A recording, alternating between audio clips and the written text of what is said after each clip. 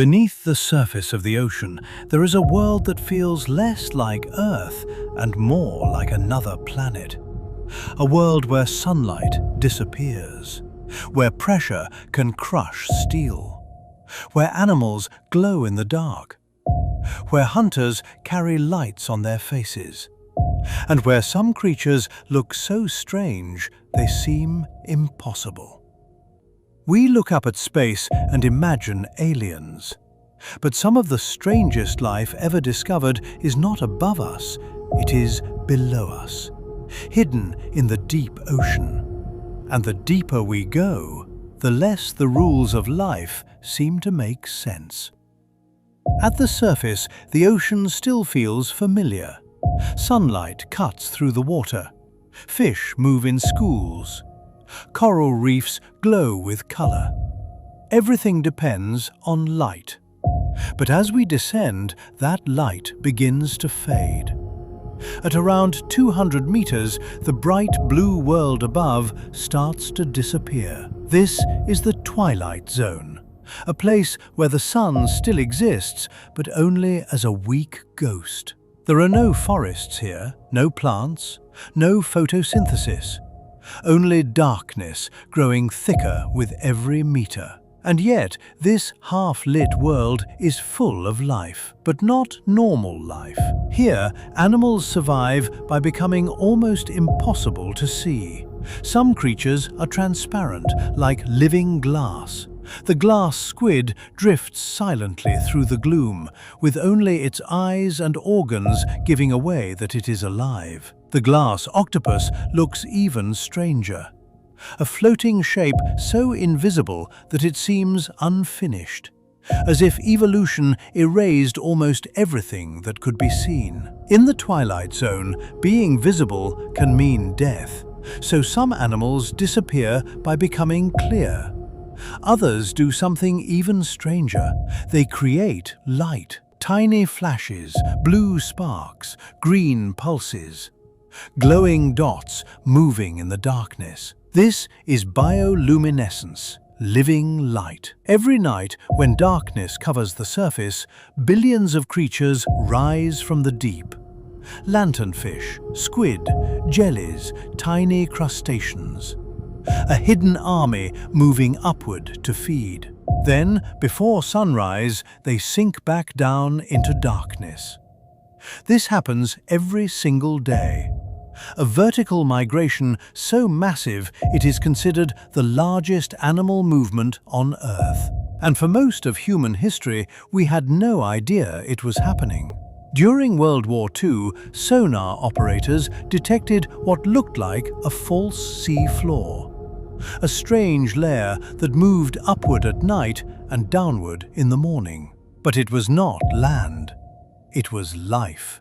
Billions of animals rising and falling like the ocean itself was breathing. And this is only the entrance. Below 1,000 meters, sunlight is gone completely. No dawn, no dusk, only blackness. This is the midnight zone. And here, evolution becomes terrifying. The pressure is immense. The temperature is close to freezing. Food is rare. And yet, predators still hunt. One of the strangest is the dragonfish. At first, it looks like a nightmare built from bones, teeth, and darkness. Its jaws are filled with sharp, transparent teeth. Its body is thin and shadow-like. But its most powerful weapon is not its mouth, it is its light. The dragonfish can produce red bioluminescence. That matters because most deep-sea creatures cannot see red light. So when the dragonfish shines its red glow, it becomes a secret flashlight. It can see its prey, but its prey cannot see the light. Imagine hunting in total darkness with a lamp only you can detect. That is what the dragonfish does. But not every predator uses light. Some use the absence of it. In the midnight zone, scientists have discovered fish with ultra-black skin. Their bodies absorb almost every bit of light that touches them. Even when a submarine shines a beam directly at them, they nearly disappear. They are not simply dark. They are almost like holes in the water. In a world where glowing creatures are everywhere, reflecting light can be dangerous. So these fish became blacker than the darkness around them. Then there is the anglerfish, maybe the most famous monster of the deep. The female carries a glowing lure above her mouth. In the endless dark, that tiny light looks like food. Curious prey move closer, closer, closer. And then the mouth opens. But the anglerfish's hunting method is not even the strangest thing about it. Its reproduction is even more disturbing. In some species, the male is tiny compared to the female.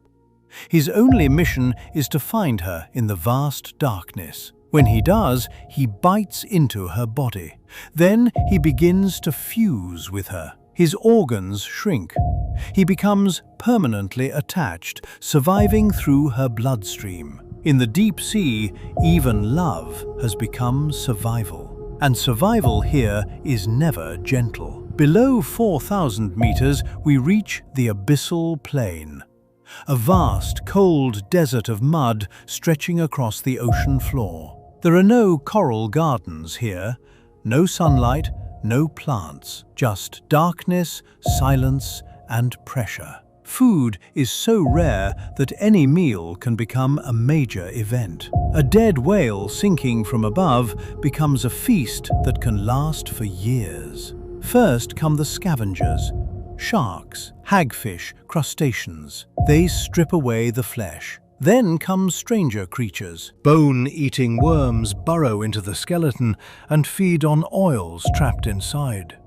A single whale fall can create an entire ecosystem in the darkness. For creatures of the abyss, death from above becomes life below. Here, some animals grow unusually large. Giant isopods crawl across the sea floor like armored insects from a nightmare. Tiny, shallow-water relatives become giants in the deep. Scientists call this deep-sea gigantism, but they still do not fully understand why it happens. Maybe larger bodies help conserve energy. Maybe they help animals survive long periods without food. Or maybe the deep ocean changes life in ways we are only beginning to understand. But even the abyss is not the deepest place. Beyond it are the trenches, long scars in the earth where tectonic plates pull the ocean floor downward. This is the hadal zone, the underworld of the sea, more than 6,000 meters deep.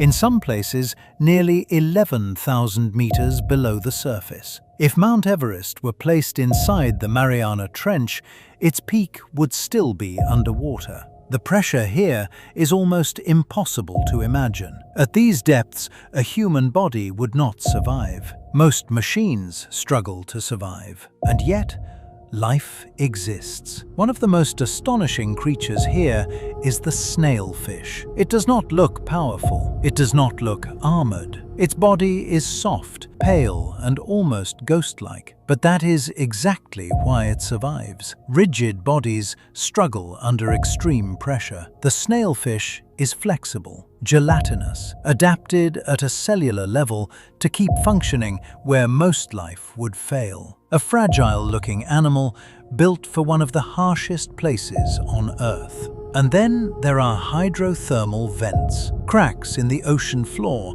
where superheated water erupts from inside the Earth. Black smoke pours into freezing darkness. Chemicals spill out from the crust. To most life, this would seem poisonous. But around these vents, entire communities survive. Tube worms, crabs, clams, microbes. They do not depend on sunlight. They depend on chemistry. This is life without the sun, a food chain powered by Earth itself.